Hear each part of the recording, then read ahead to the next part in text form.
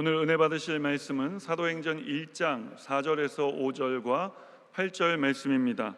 사도행전 1장 4절에서 5절과 8절 말씀을 다 같이 봉독하겠습니다. 사도와 함께 모이사 그들에게 분부하여 이르시되 예루살렘을 떠나지 말고 내게서 들은 바 아버지께서 약속하신 것을 기다리라.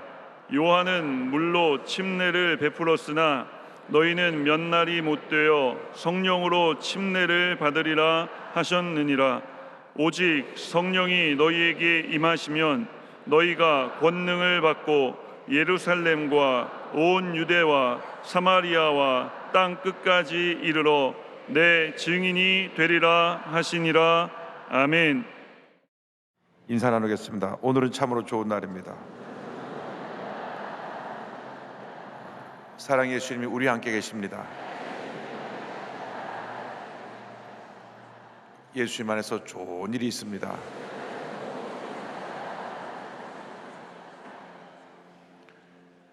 부활절을 지나고 나서 7주일을 지나면 성령 강림 주일이 됩니다. 오늘은 성령 강림 주일입니다. 교회는 성령 강림으로 이 땅에 태어났습니다. 2000년 전 오순절날 성령이 강림해서 교회가 탄생된 것입니다. 그래서 교회는 반드시 성령 충만한 교회가 되어야 합니다. 아름다운 건물을 짓고 교회 여러 가지 프로그램이 있고 모든 것을 다 갖춰도 할지라도 성령 충만하지 않으면 교회는 시간이 흘러가면서 박물관처럼 생명을 잃어버린 교회가 되는 것입니다. 유럽을 가보면 큰 교회들이 얼마나 많은지 모릅니다. 쾰른에 있는 한 교회는 교회를 600년 동안 지은 교회가 있습니다. 지금은 그 교회가 관광의 명소가 되었고 3,000명이 넘게 들어가는 교회 주일날 100명이 안 모입니다. 성이 떠나가시면 교회는 죽는 것입니다. 우리 여도순 목회는 성령 역사로 시작한 교회입니다. 주일 모시는 날까지 성령의 강력한 역사가 있을 때에 예수 그리스도가 존귀함을 받고 예수의 이름을 온 세상에 전하는 주님의 귀한 교회가 될 것입니다. 성령의 충만함을 우리 모두에게 부어달라고 통성으로 기도하겠습니다. 주여, 주여, 주여. 사랑과 은혜와 자부하신 하나님 아버지 간절히 기도드립니다. 성령으로 충만케 하여 주시옵소서. 성령으로 충만케 하여 주시옵소서. 성령으로 충만케 하여 주시옵소서. 성령으로 충만케 하여 주옵소서. 성령으로 충만케 하여 주옵소서. 성령으로 충만함마다 하나님 앞에 귀한 증인으로 쓰임받게 하여 주옵소서. 권능받고 직인된 사명 감당하게 하여 주옵소서. 영상을 통해 함께 드린 모든 예배 처소 위에 복을 내려 주옵소서. 모든 부족성전과 지성전, 치카성전, 기도처, 독립주교회 또 650여 예배 처소 기도회 교회마다 은혜 내려 함께 역사하여 주옵소서. 일본, 홍콩, 베트남까지 함께 예배드린 예배 처소에 은혜 내려 주옵소서. 오 주의 성령이여, 주의 성령이여, 주의 성령이여 임하시옵소서. 오 주의 성령이여, 주의 성령이여 임하시옵소서. 오 주의 성령이여, 주의 성령이여 임하시옵소서. 오 주의 성령이여, 주의 성령이여 임하시옵소서. 주님 함께 역사하여 주소서. 살아계신 성령의 역사가 우리를 변화시켜서 주님의 길을 끌어 수밖에 없도록 은혜 내려 주옵소서. 주의 성령이여, 주의 성령이여, 주의 성령이여 임하시옵소서. 성령님 내게 오소서.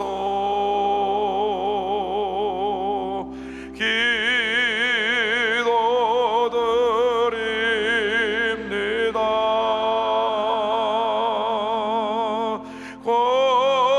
권능과 능력으로서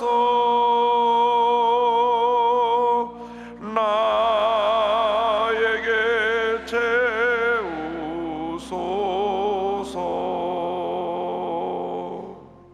사랑과 은혜와 자비가 무한하신 하나님 아버지, 찬송과 존귀와 영광을 홀로 받으시옵소서. 웬일인지 웬은인지 우리가 죄 가운데 살다가 예수 믿고 하나님의 자녀가 되었습니다. 구원의 은혜를 감사드립니다. 뿐만 아니라 우리를 성령 충만한 교회로 보내주셔서 성령의 충만을 받고 신앙생활을 하심을 감사드립니다. 한평생 성령 충만한 신앙인들이 되어서 모든 문제 어려움을 이겨내고 예수의 사랑을 전하고 모든 영광을 주님께 돌려드리는 주님의 그 일꾼들 다 되게 하여 주시옵소서. 감사드렸고 예수님의 이름으로 기도 올리옵나이다. 아멘. 오늘은 사도행전 1장의 본 말씀을 가지고 성령이 너에게 임하시면 이와 같은 제목으로 함께 말씀을 나누기 원합니다. 제목을 한번 따라해 주시기 바랍니다. 성령이 너에게 임하시면, 성령이 너에게 임하시면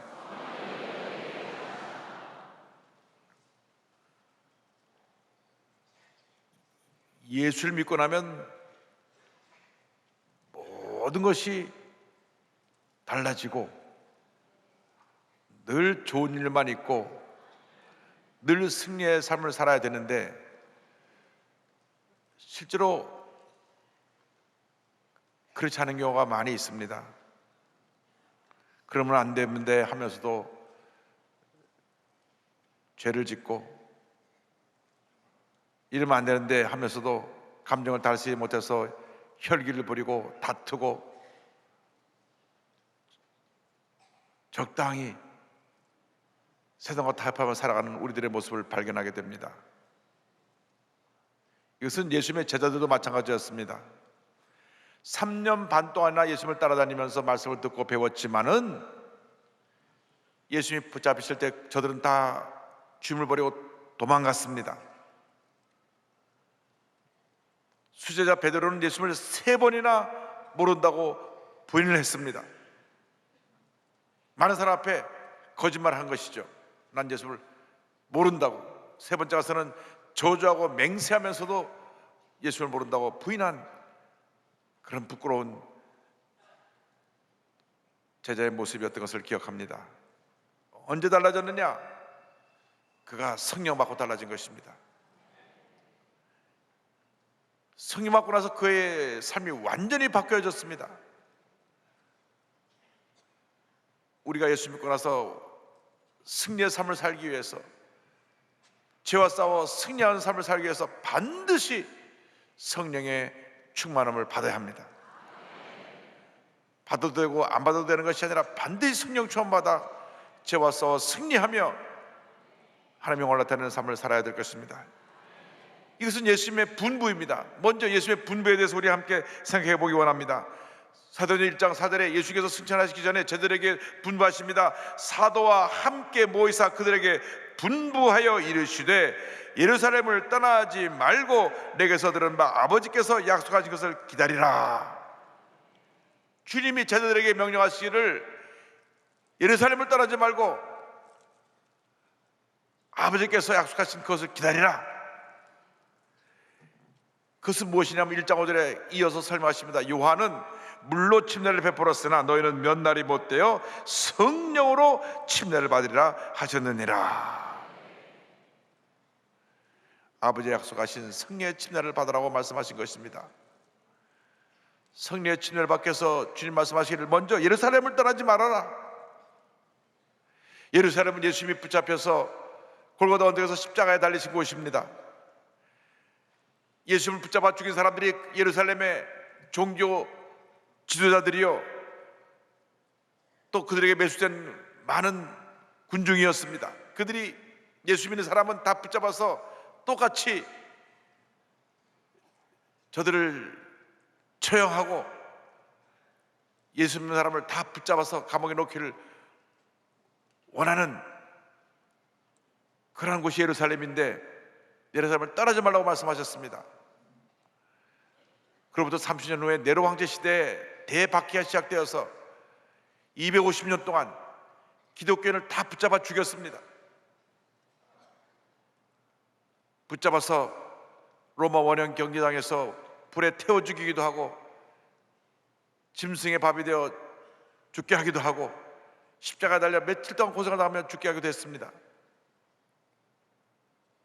그런 대박해가 크리스찬들에게 임했던 것입니다.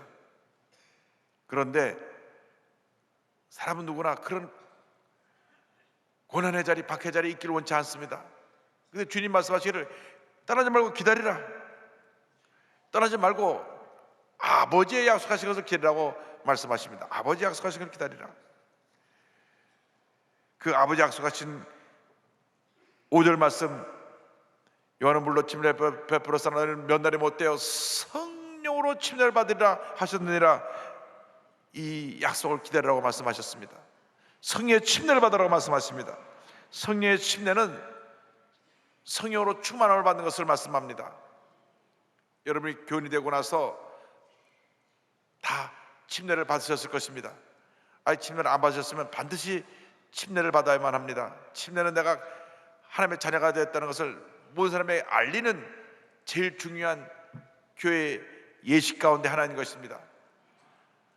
물에 잠길 때 내 옛사람이 물속에서 죽고 물에서 나올 때 주님과 함께 부활된다고 하는 그러한 영적인 의미를 담은 것이 침례인데, 성령의 침례는 내가 성령에 잠기는 것입니다.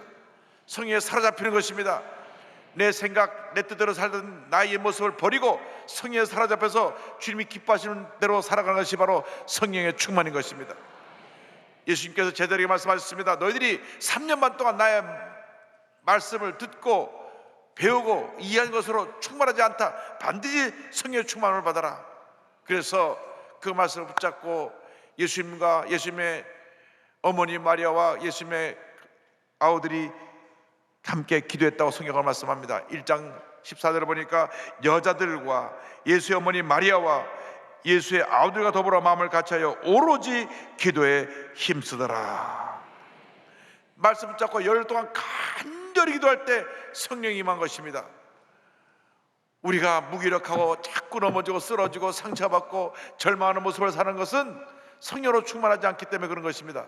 말씀을 붙잡고 성령 충만 받을 때까지 기도하고 또 기도하고 또 기도해서 성령의 충만함을 반드시 받아야 합니다. 성령의 충만을 받고 방언을 말하며 권능을 받을 때 우리는 승리자의 삶을 살아갈 수가 있습니다. 성령이 임하면 우리에게 권능이 임하는 것입니다. 주님께서 말씀하십니다. 성령을 받고 권능을 받으라. 둘째로 우리는 권능 받은 우리의 모습에 대해서 생각해 보기 원합니다. 1장 8절에 오직 성령이 너에게 임하시면 너희가 권능을 받고 그랬습니다. 진짜로 성령의 충만을 받았으면 권능이 뒤따라야 되는 것입니다. 예수 믿는 사람들의 문제는 예수를 믿는다고 하면서 생활은 믿지 않는 사람과 다름이 없다는 것입니다. 똑같이 죄 짓고 똑같이 소리 지르고 똑같이 싸우고 똑같이 거짓말하고 주일날은 교회 나서 거룩거룩 한다면 이것은 위선자와 다름이 없습니다. 왜 그렇습니까? 권능이 따르지 않아서 그렇습니다. 성령 받고 권능이 임해야 되는데 권능이 없으니까 자꾸 죄에 넘어지고 무너지는 것입니다. 이해가 없습니다. 성령의 충만을 반드시 받아야 합니다. 교회를 아무리 오래 다녔어도 직분을 맡고 주임을 일을 한다고 하더라도 성령의 충만함을 소멸하면 넘어지고 쓰러지게 되는 것입니다. 죄짓게 되는 것입니다. 늘 성령의 충만을 받고 죄를 물리치고 승리하는 삶을 살아야 할 것입니다. 권능이라는 것은 헬라말로 두나미스라고 하는데 이 두나미스라는 말에서 다이너마이트가 나왔습니다. 폭발적인 능력. 주여 내게 이 권능을 주시옵소서.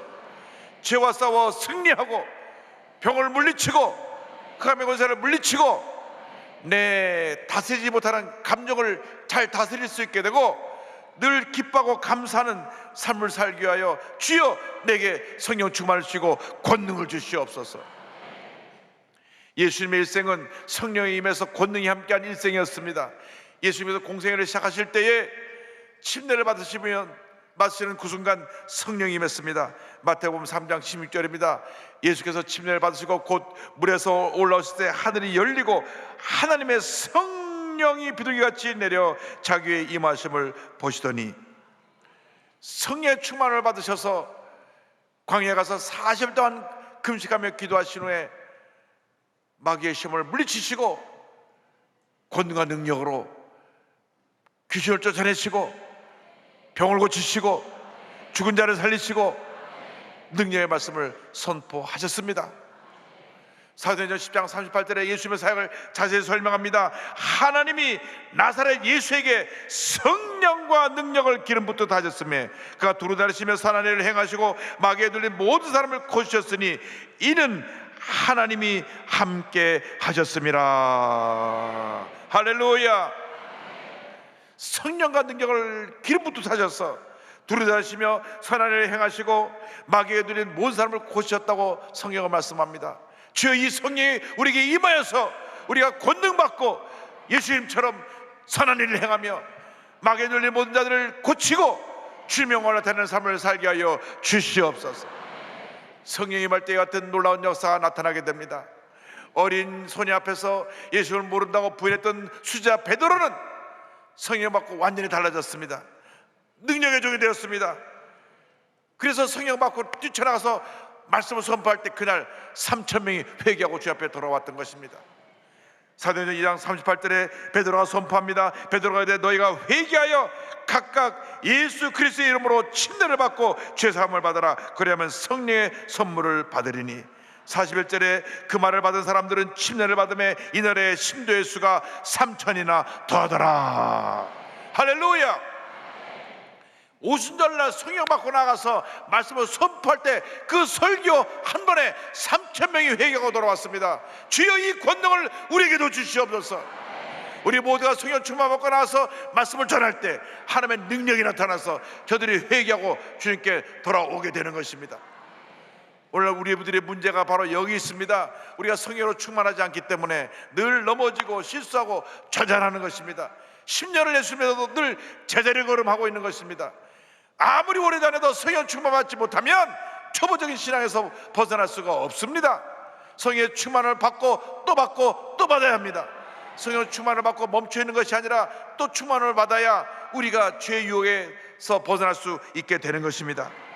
성령 충만 받은 후 사도행전에 보면 첫 번째 기적이 나면서부터 안전병이 된 자를 일으키는 것인데, 베드로가 요한과 함께 기도하러 올라가다가 나면서부터 안전병이 고친 장면이 3장에 나옵니다. 3장 6절 8절에 베드로가 이르되 은과 금은 내게 없거니와 내게 있는 이것을 내게 주노니 나사렛 예수 그리스도의 이름으로 일어나 걸어라 하고 오른손을 잡아 일으키니 발과 발목이 곧 힘을 얻고 뛰어서서 걸으며 그들과 함께 성전으로 들어가면서 걷기도 하고 뛰기도 하며 하나님을 찬송하니. 할렐루야.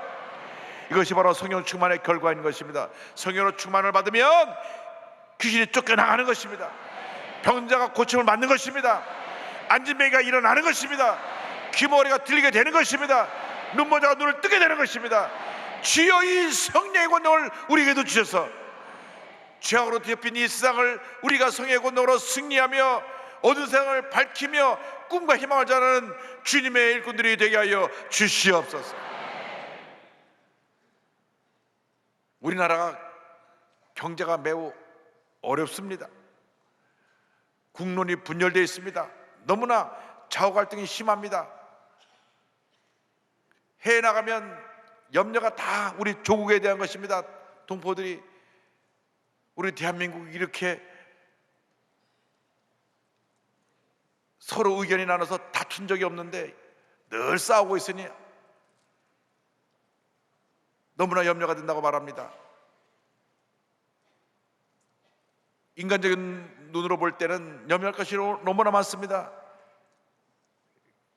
경제는 곤두박질하고 국회는 밤낮 싸움만 하고 있고 여론을 양쪽으로 나눠서 더 갈등이 심해지고, 이 모든 것의 문제 해결은 우리 예수 믿는 사람이 갖고 있는데 그 열쇠가 바로 성령 충만인 것입니다. 성령으로 충만하면 이 모든 문제를 우리는 해결할 수가 있습니다. 나눠진 사회를 하나로 만들 수가 있고, 성령으로 충만하면 흑암의 권세를 물리치고 위대한 대한민국을 건설할 수 있게 되는 것입니다. 반드시 우리가 성령 충만을 받고 권능 받아서 이 귀한 사명을 감당해야 될 것입니다. 왜 우리에게 권능을 주시느냐? 이유는 한 가지입니다.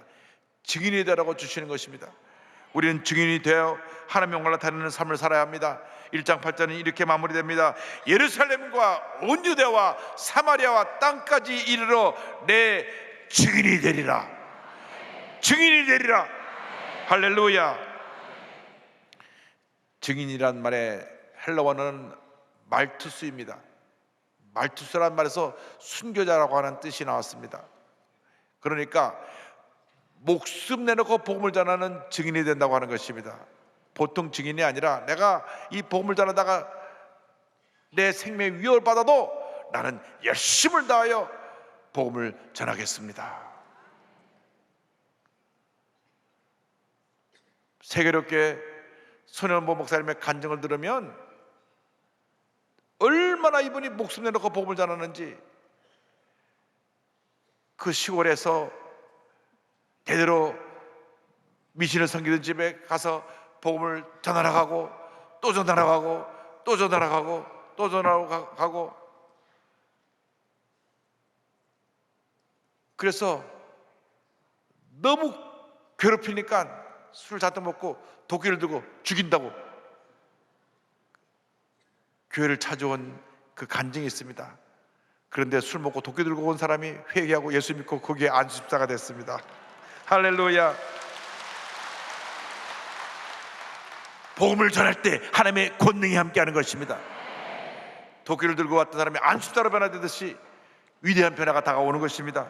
사도행전 4장 33절 35절 보면 사도들이 큰 권능으로 주 예수의 부활을 증언하니 무리가 큰 은혜를 받아 그 중에 가난한 사람이 없으니 이는 밭과 집 있는 자는 팔아 그 판 것의 값을 가져다가 사도들의 발 앞에 두매 그들이 각 사람의 필요를 따라 나누어 줍니다. 권능 받고 복음을 전할 때 저들이 큰 감동을 받아서 가진 것을 다 주님께 내어놓으니 그것을 가지고 교회 가난한 사람을 다 나누어 주었습니다. 초대교회는 교회 내에 가난한 사람이 없었습니다. 가난하고 헐벗고 굶주린 사람이 교회에 들어오면 주님의 사랑으로 그들을 돌봐서 풍족하게 살 수 있도록, 부족함이 없이 살 수 있도록 늘 사랑을 베풀었기 때문인 것입니다. 그래서 우리가 이같이 권능 받아서 예수님을 전하고 예수의 사랑을 실천해야 되는 것입니다. 믿음은 행함이 동반되어야 합니다. 입으로 사랑한다 사랑한다 말하면서 우리 주위에 어렵고 힘든 사람을 외면하면 안 됩니다. 사랑을 실천하는 주님 몸된 교회가 되어야 할 것입니다. 사도행전 5장 42절 보면 권능 받고 나서 그들이 날마다 성전에 있든지 집에 있든지 예수는 그리스도라고 가르치기와 전도하기를 그치 아니하니라고 말씀을 하고 있습니다. 예수님이 구세주입니다. 예수님이 그리스도이십니다. 예수님이 메시아입니다.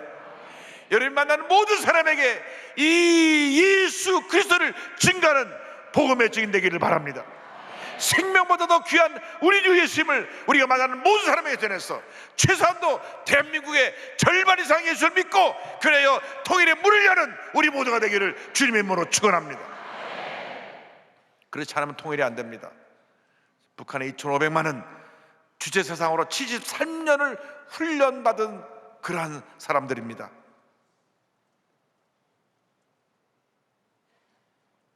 (4월달이) 되면 태양절이라 그래서 김일성의 생일을 지킵니다.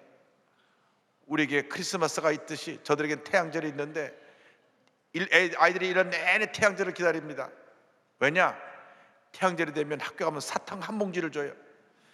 사탕 한 봉지를 주는데 이 사탕은 누가 주는 것이죠? 내 위대한 어버이 수령 김일성 수령께서 주십니다 하고 두 손으로 받습니다.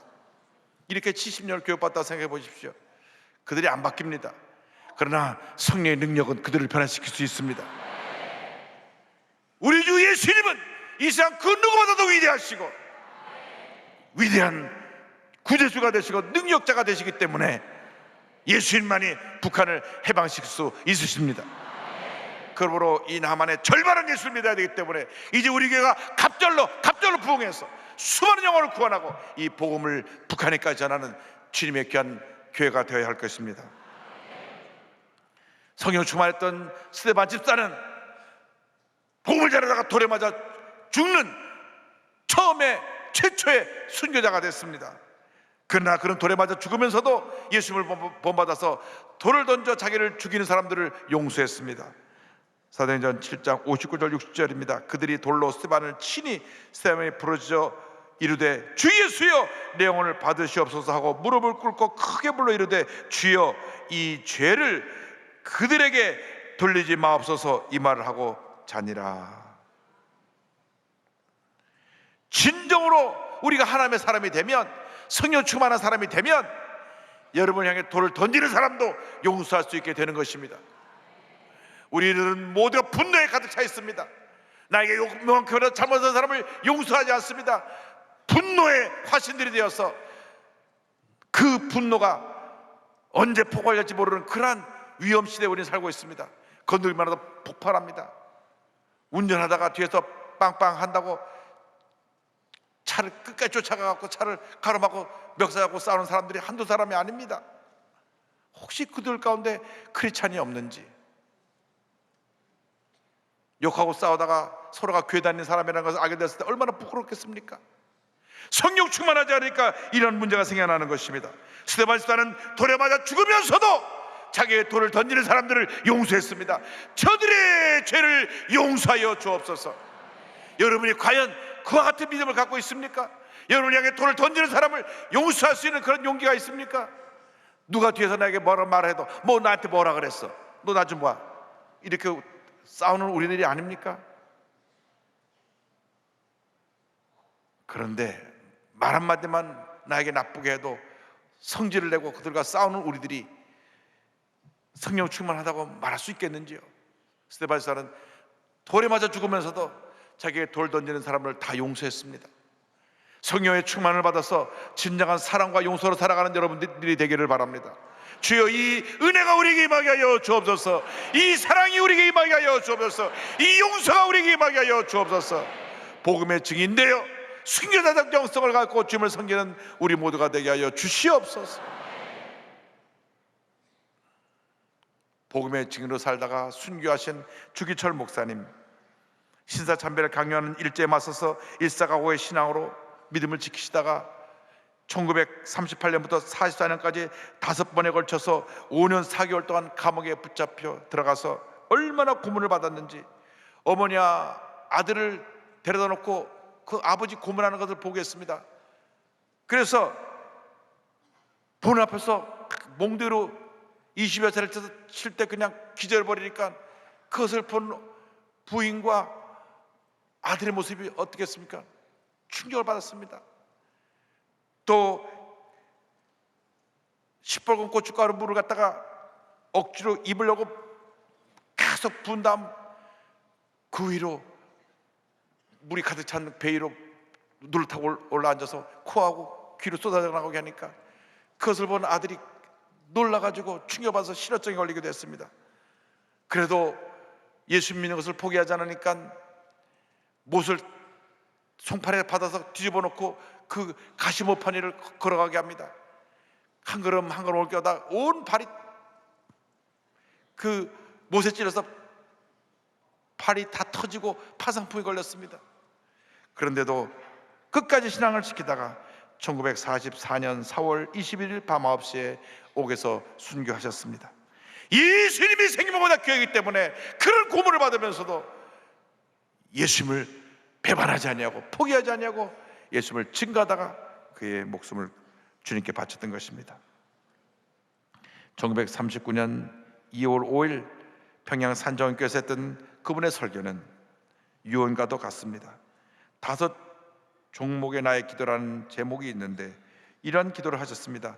죽음의 권세를 이기게 하여 주시옵소서. 장기 오랜 기간의 고난을 견디게 하여 주시옵소서. 노모와 처자와 교우를 주님께 부탁합니다. 의에 살고 의에 죽게 하여 주시옵소서. 내 영혼을 주님께 부탁합니다. 이렇게 5가지 기도 제목을 말씀하신 후에 주님을 위하여 오는 고난을 내가 어찌 피하였다가 이 다음에 내 무슨 낯으로 주님을 대하오리까? 처음에는 우리가 십자가를 치지만 나중에는 주님의 십자가가 우리를 지어줍니다. 십자가, 십자가, 내 주의 십자가만 바라보고 나아갑시다.